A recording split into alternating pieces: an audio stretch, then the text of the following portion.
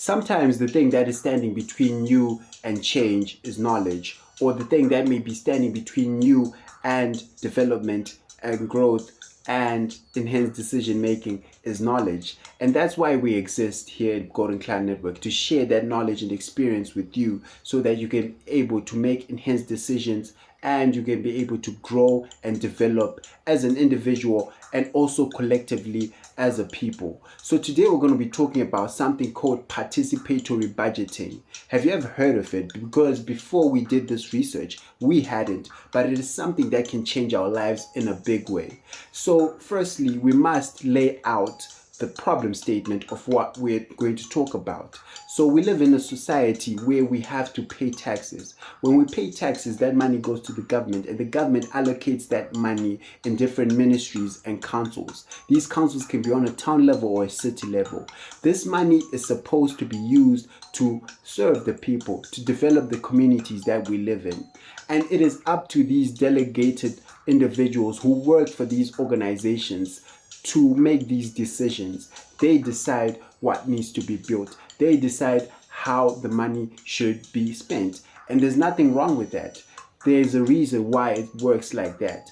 But participatory budgeting is a system that allows the citizens to get involved in that process. So by definition, participatory budgeting is a democratic process where community members directly decide how to spend a portion of the public budget.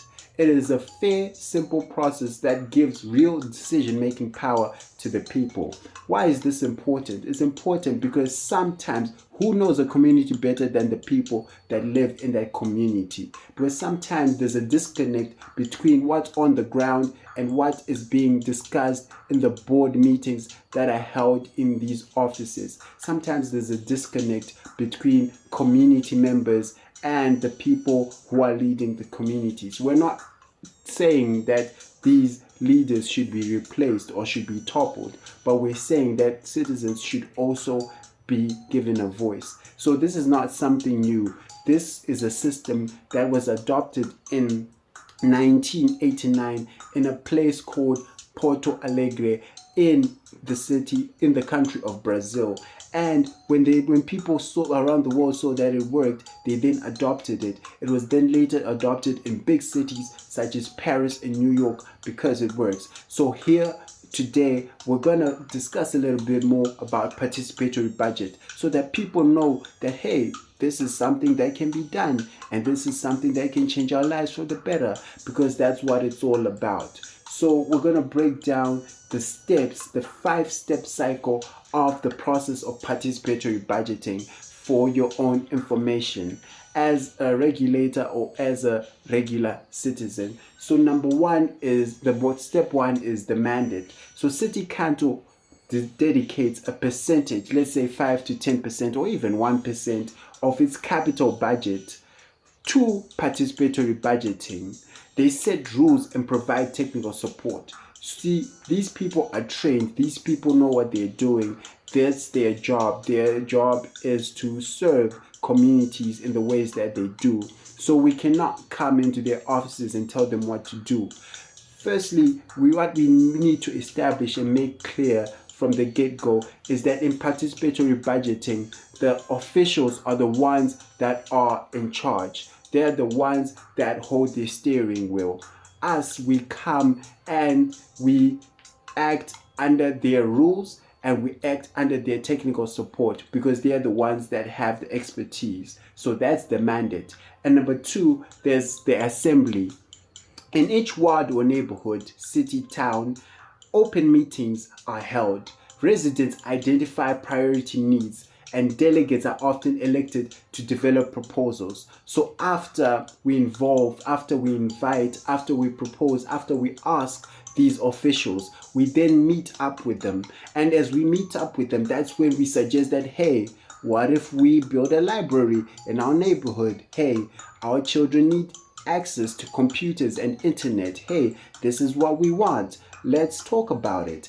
And when these meetings are held, delegates are then appointed, representatives that may be able to articulate or communicate well and represent the voice of the people to the officials. So that's number 2, the assembly. And step number 3 will be the design. Okay, we now have delegates. Okay, there's now a relationship between the officials and the residents of the neighborhoods, cities, or towns in which this participatory budgeting is occurring.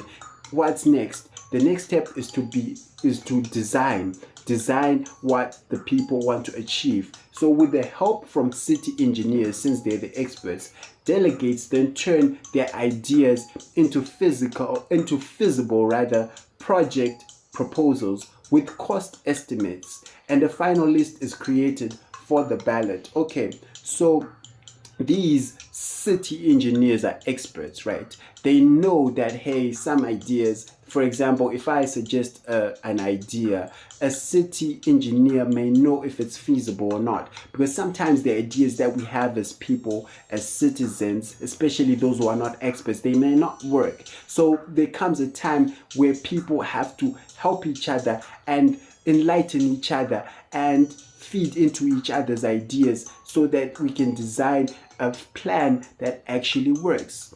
Okay, we want to make sure that there are people in the community who cannot afford sanitary pads.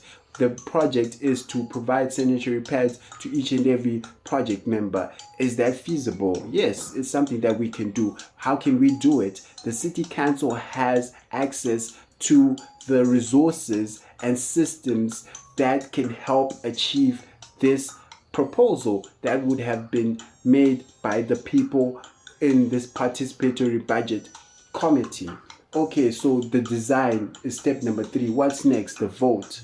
So there won't be just one idea, there'll be multiple ideas, but there'll be limited money since we're only allocating a percentage of the public budget to this participatory budgeting project. So people have to decide, people have to prioritize what's more important. Okay, we want to fix our roads. That's our number 1 priority. Okay, we want to do this. That's our number 1 priority. So people have different feelings, people have different ideas. That's why it's important to come to a vote where people decide that, hey, we want this first. So after the residents vote on which project to fund, number 5, the next step will be the implementation and accountability phase.